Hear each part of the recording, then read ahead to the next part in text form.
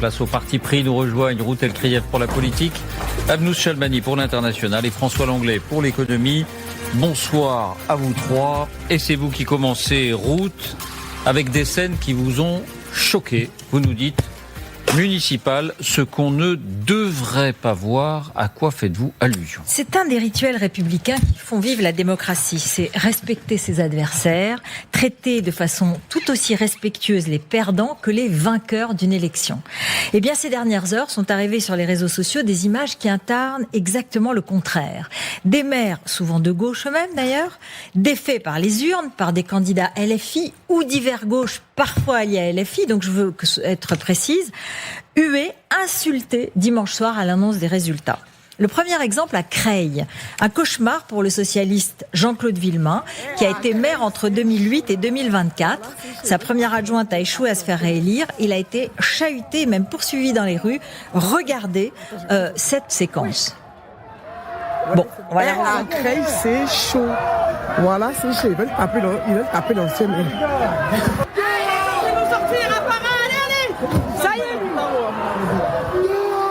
Rappelez-vous tout le mal que vous avez fait, Jean-Claude. Au revoir. Au revoir. Voilà, alors poursuivi dans les rues par des partisans du nouveau maire Omar Yacoub, téléphone en main, qui filmaient et qui ont mis cette séquence sur TikTok. Alors, cet ancien maire, il a dit, voilà, il y avait une vraie volonté de nous humilier. Au Blanc-Ménil, c'est Thierry Maignan, sénateur maire LR, qui a été copieusement insulté et raccompagné à la sortie sous escorte policière. Regardez.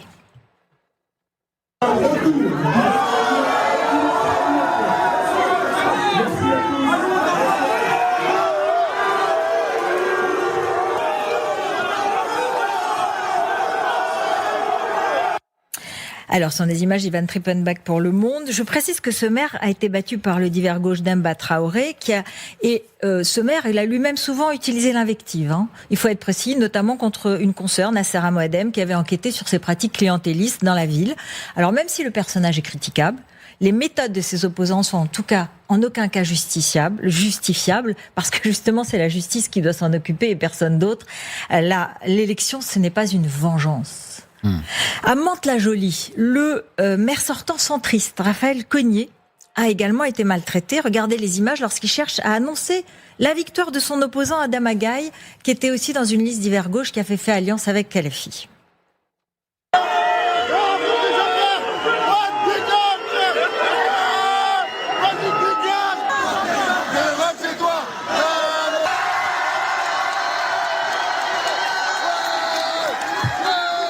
Bon, sa fille a témoigné que sa propre sœur de 14 ans, donc de la famille du maire sortant, avait été prise à partie par des jeunes, peut-être venus du Val-Fouré, le quartier dont est issu le nouvel élu. Et ce serait dommage que le maire, le nouveau, qui voulait casser l'image de ce ghetto, soit rattrapé par les violences de dimanche soir. Enfin, à Vaux-en-Velin, Hélène Geoffroy, qui est une des figures du Parti socialiste, qui a été également prise à partie, insultée, malmenée par des partisans du candidat LFI élu Abdelkader Lamar. Regardez.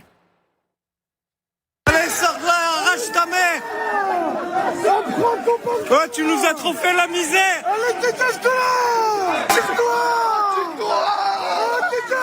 Ouais, Daouda, tu veux des mouchoirs?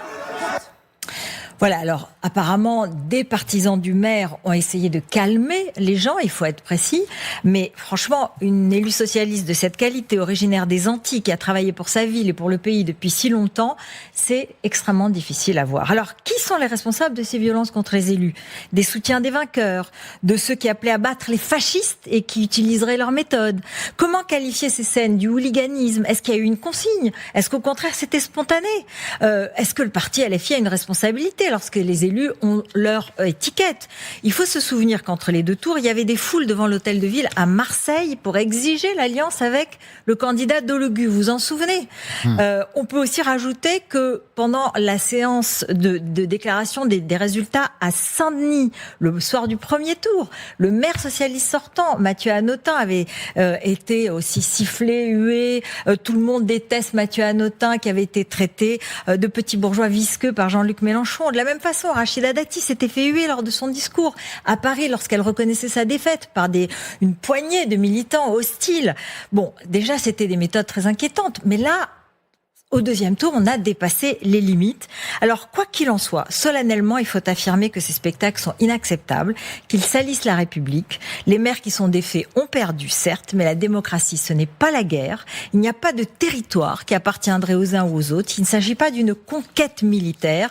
Et je crains que ceux qui pratiquent la brutalisation de la vie publique, parfois déjà à l'Assemblée, aient montré qu'ils continueraient dans les mairies qu'ils ont conquises. Alors, on attend que les nouveaux élus, ceints de leur nouvelle écharpe, condamne solennellement ces dérapages. Ils l'ont pas fait pour l'instant ? Pour l'instant, c'est pas fait. Donc on va voir. Moi, je n'attends que cela. Il y a déjà plusieurs personnalités du bloc central qui se sont indignées. François-Xavier Bellamy LR, Aurore Berger, Benjamin Haddad de Renaissance, Arnaud Péricard d'Horizon. Mais qu'attendent les autres ? Ceux de LFI, les partis officiels, ceux du PS qui ont été comme ça maltraités, les écologistes, pour dénoncer ces pratiques de façon claire. Il faut aussi qu'il y ait des enquêtes judiciaires. Alors, pour conclure, évidemment, il ne m'a pas échappé que certains de ces nouveaux élus se revendiquent de cette nouvelle France. Le slogan validé, vanté par Jean-Luc Mélenchon, qu'ils revendiquent de plus être instrumentalisés par des élus clientélistes, mais qu'ils ont voulu et qu'ils ont réussi à prendre leur place. Mais bon, moi je pense que déjà l'identitarisme c'est un poison pour la République, mais par ailleurs je suis pas sûre que ces scènes comme celle de dimanche soir servent leur cause. Et sans revenir à Kofi Yamnian qui avait été élu maire en 89 déjà, je rappelle qu'il y a des maires qui ont été élus et réélus brillamment comme Karim Bouamram à Saint-Ouen, sans instrumentaliser leur origine, et au contraire en respectant scrupuleusement les règles de la République. Et à mon avis, c'est cela qu'il faut suivre. Abnous ? Ouais, j'avoue que je suis vraiment, et le mot, c'est un peu horrifiée parce que vous connaissez mon amour de la démocratie et le fait, moi à chaque fois, c'est toujours le même émerveillement de voter et de voir des gens perdre, d'autres gagner, et que ceux qui perdent, eh bien, ils se retournent avec une révérence, avec élégance et de rien, ces séquences-là remettent en cause ce fonctionnement démocratique qui est juste c'est les électeurs qui décident, on se recule. Et c'est violent, et toute la campagne, je veux dire, Ruth fait plus attention que moi, mais moi j'ai entendu LFI pendant toute la campagne soutenir des maires en les chauffant à blanc, quoi. En disant, limite, t'es là, tu défends ta race, tu défends ta couleur, faut voter pour les gens qui vous ressemblent, avec une espèce de hargne, mais que je trouve antidémocratique, et qui a fait appel à des choses pas très très jolies, quoi. Parce que ça serait pareil de dire, tu es blanc, tu votes pour un blanc, et tout ça, je trouve ça sale, au fait. Ça salit la démocratie, et ça ne prévoit rien. Qui est responsable à quel moment? Est-ce que ce sont des jeunes sans contrôle? Est-ce que ça a été instrumentalisé? Il faut être très prudent aussi, attention. Des politiques et des élus tenir ce genre de discours, c'est normal qu'après ça répercute dans la réalité, dans les faits, dans les actes, quoi. Moi, ça me fait mal au cœur pour ma démocratie. François ? Écoutez, je ne peux que souscrire à ce qui a été dit. Ça fait penser à ces fins pitoyables de matchs de foot, sauf que c'est Exactement. encore plus grave. Oui. C'est-à-dire qu'on malmène les règles fondamentales. J'ose plus dire du vivre ensemble, c'est une expression qui a tellement été banalisée, tout simplement du respect de l'autre et nos valeurs fondamentales. Votre parti pris économique, François, vous nous parlez d'un incroyable délit d'initié. La guerre en Iran produit entre guillemets, et le théâtre d'un incroyable délit d'initié. Donc c'était hier, à la mi-journée, tout s'est joué en quelques minutes. Oui, c'est le Financial Times qui nous révèle ça. Vous savez, il existe un marché du pétrole papier. Donc on peut acheter, on passe des contrats, on dit voilà, je veux acheter, je promets au fond d'acheter tant de centaines de milliers de barils à tel moment et à tel prix. Et je peux revendre ce contrat 10 minutes après. Si les prix du pétrole ont fluctué, je n'ai jamais touché un baril de pétrole, mais j'encaisse la différence, la plus-value. Et or, il y a 2 jours, à 6h50, on a constaté un mouvement anormal sur ce marché. En principe, à cette heure-là, calme plat, les traders roupillent. Et puis, à 6h50, tout d'un coup, on voit une espèce de pic d'activité, pas loin de 6 millions de barils papier, sont vendus, ça représente à peu près 500 millions de dollars, donc vous voyez, c'est pas mal. Et puis juste après, on constate un mouvement inverse sur le marché de la bourse, où là on voit une progression anormale des achats. là encore, des traders insomniaques, ou bien, en tout cas, on s'interroge. Le problème, évidemment, c'est que 10 minutes après, c'est-à-dire à cette heure même, le président Trump publiait un message faisant état de conversations, je cite, productives avec le pouvoir iranien, qui pouvaient, disait-il, déboucher sur une issue favorable et résolutoire complètement du conflit en Iran. Et sur un tweet, au fond, enfin, plutôt un message sur son réseau Truth, qui a déclenché une chute du pétrole et une montée de la bourse.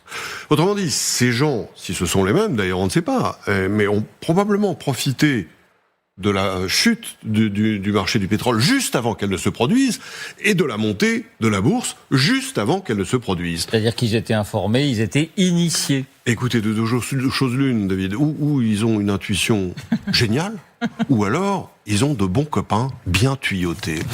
Et évidemment, les montants sont astronomiques. Hein. On voit très nettement, vous voyez le petit blip en bas de l'écran rouge, c'est justement ces transactions inhabituelles. Le soupçon, en fait, il est d'autant plus aigu que c'est pas la première fois que se produisent des affaires de ce genre-là. Là, je crois que c'est 560 millions de dollars de gains. C'est ça. C'est-à-dire non, c'est le produit des ventes. Ah, c'est donc, le produit des ventes. Mais en réalité, on ne connaît pas le montant des gains parce qu'on ne sait pas à qui et à quel prix il avait acheté. Mais vous avez raison, ça s'évalue en centaines de millions. Hein, c'est très probable. Je disais, c'est pas la première fois. Au moment où Trump a capturé Maduro, on a vu une mystérieuse société de Paris, qui est d'ailleurs liée à l'un des fils Trump, enregistrer un pari mystérieux qui spéculait sur la chute de Maduro. Bon, l'auteur a encaissé quand même quelques 400 000 $, c'est pas rien, hein. Et puis, peu auparavant, en avril, quand le président Trump avait annoncé une pause dans la mise en place des tarifs douaniers, même chose. La bourse a explosé, plus forte progression du Nasdaq depuis 20 ans, et juste avant son intervention, il y a des gens qui ont acheté. Alors, en principe, c'est la SEC qui enquête, hein, la Security and Exchange Commission. Bon, le patron de la SEC a changé le 17 avril. Trump a nommé quelqu'un qui est réputé pour avoir la main relativement légère sur les réglementations, et pas une enquête n'a été déclenchée. Mais au fond, tout ça nous suggère quand même qu'une muraille jusqu'ici assez opaque pourrait être tombée, muraille qui empêchait les responsables politiques, leurs familles, leurs contacts, de profiter des informations évidemment privilégiées qu'ils connaissent. Dans le même ordre d'idée, il y a les innombrables business de la famille Trump qui moissonnent sans aucun scrupule dans le sillage de l'action publique.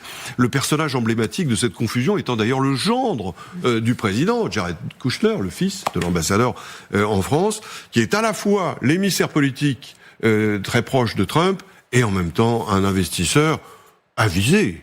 Et fort riche. On est de plus en plus proche des systèmes oligarchiques qu'on voyait jusqu'ici dans la Russie ou qu'on a vu en France à l'époque de Talleyrand.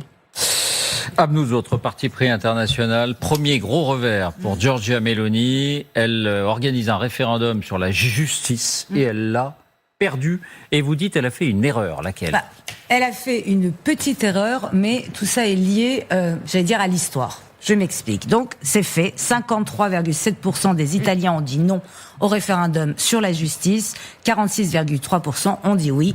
Et effectivement, Giorgia Meloni, qui n'avait jamais perdu depuis son arrivée au pouvoir en octobre 2022, a perdu pour la première fois. Je le répète, parce que je sais que ça fait plaisir à beaucoup de gens. Alors, l'opposition exulte. Les éditorialistes s'empressent de signer l'acte de décès d'une chef de gouvernement qui, je le rappelle pour les distraits, n'avait jamais mis sa démission dans la corbeille en disant « je démissionne si ça ne marche pas », qui est toujours au pouvoir, qui est toujours en tête des sondages et que son parti Fratelli d'Italia est toujours la première force politique du pays. Moi, ce qui m'a intéressé, c'est moins la comptabilité électorale, mais de savoir pourquoi dans une démocratie, c'est la première chose qui m'est venue, dès qu'un gouvernement touche à la justice, les citoyens paniquent. Pourquoi ce réflexe viscéral, presque pavlovien, qui consiste à crier au loup dès que le politique s'approche du prétoire? Est-ce que c'est quand même systématique? Vous voyez, quand je dis réforme de la justice, à chaque fois, vous voyez des manifestations, vous voyez que ça grince. Et donc, je dis, mais en fait, qu'est-ce qu'elle proposait, Mélanie? Et c'est là où ça devient assez drôle. Je vous la fais très rapidement. Si elle voulait séparer les carrières des juges et des procureurs, car en Italie, juges et procureurs appartiennent au même corps, passent les mêmes concours, peuvent même changer de rôle en cours de carrière. Et donc, en France, on se bat depuis des décennies pour étanchéfier le parquet. Ça ne me paraît pas l'alpha et l'oméga du fascisme en marche, quoi. C'est, en gros, elle proposait le système français. Elle voulait aussi réformer forcément le Conseil supérieur de la magistrature, le diviser en 2 organes, un pour les magistrats, un pour les juges, ce qui d'ici nous paraît tout à fait logique, et que des juges soient tirés au sort. Si, vous savez, le fameux tirage au sort, mais le summum de la démocratie participative pour les gens de gauche. C'est là où je comprenais plus rien, donc je suis quand même allée regarder. Les magistrats sont hors d'eux, l'opposition aussi. Elie Schlein, la chef du centre-gauche, affirme que ce texte affaiblirait l'indépendance de la justice. Donc on est d'accord. En France, au Royaume-Uni, en Allemagne, c'est cette séparation entre juges et procureurs qui existe et qui est considérée comme la garantie d'indépendance. Donc c'est là où je comprends plus rien. C'est là où je vous dis, erreur, d'accord, bon enfin, faut quand même aller regarder, mais qu'est-ce qui s'est passé? Alors la première erreur, c'est son ministre de la Justice, quoi. Le Carlo Nordio, il est nul. Il est nul. Quand vous présentez une réforme comme ça qui change tout, qui se met au fait au diapason des autres cours de justice européennes, vous le faites, comment dire, avec un peu de douceur. Non, le type arrive et il dit, moi je vous dis, alors il prend des magistrats de haut, et il fait, moi je vous explique, la réforme, elle va corriger un mécanisme paramafieux. Paf, première intervention. Vous entendez ça, c'est quel rapport avec la réforme? Sa directrice de cabinet, elle, déclarait sur un plateau télévisé que la réforme permettrait, je cite, de se débarrasser des magistrats qui opèrent comme des escadrons d'exécution. Oula. Donc déjà, pardon, voilà comment perdre un référendum, c'est les éléphants dans une boutique de porcelaine. La justice, effectivement, c'est important. Il y a ce réflexe parlevien et vous envoyez 2 personnes tout cassées dans le truc, ça donne pas envie de voter. Première raison. La deuxième, c'est que je ne pense pas que les citoyens italiens ont voté contre Meloni. C'est même pas contre cette réforme-là, c'est que ce débat mal fait de ceux qui défendaient ce texte, eh bien, il a renvoyé les Italiens à un vote. Ils ont voté avec leur tripes, ils ont voté avec leur peur, ils ont voté avec l'histoire. Parce que tout d'un coup, ça, et c'est là. Berlusconi, si je vous dis Silvio Berlusconi, c'est 30 ans de confrontation avec la magistrature. Et juste au moment de l'arrivée de Berlusconi, il se passait quoi? Il se passait l'opération main propre. Et je veux dire, ça, pour les Italiens, c'est extrêmement familier. L'opération main propre dans les années 1990, c'était 5000 personnalités publiques tombées sous le coup du soupçon, plus de la moitié des membres du Parlement italien sous le coup d'une mise en examen, 400 conseils municipaux dissous. C'est en gros cette opération main propre qui a été bien faite, mais aussi mal faite, parce que plein de gens ont été engloutis et qui ne méritaient pas tant, c'est quand même toute une classe politique qui a été rasée à ras. Ça, c'est une réalité. Et c'est ça le rapport traumatique des Italiens avec la justice et avec les politiques qui veulent la réformer. Ils savent que l'une peut abuser de l'autre et que l'autre peut se venger de la première. Alors oui, il y a réflexe, il y a méfiance, et ce réflexe n'est pas irrationnel, il est historique. Et pourtant, je sais que vous adorez, mais ce réflexe peut aussi paralyser, il peut transformer toute réforme légitime, et celle-là, il se trouve qu'elle l'était, en complot, il peut sacraliser des institutions qui ne le méritent pas toujours.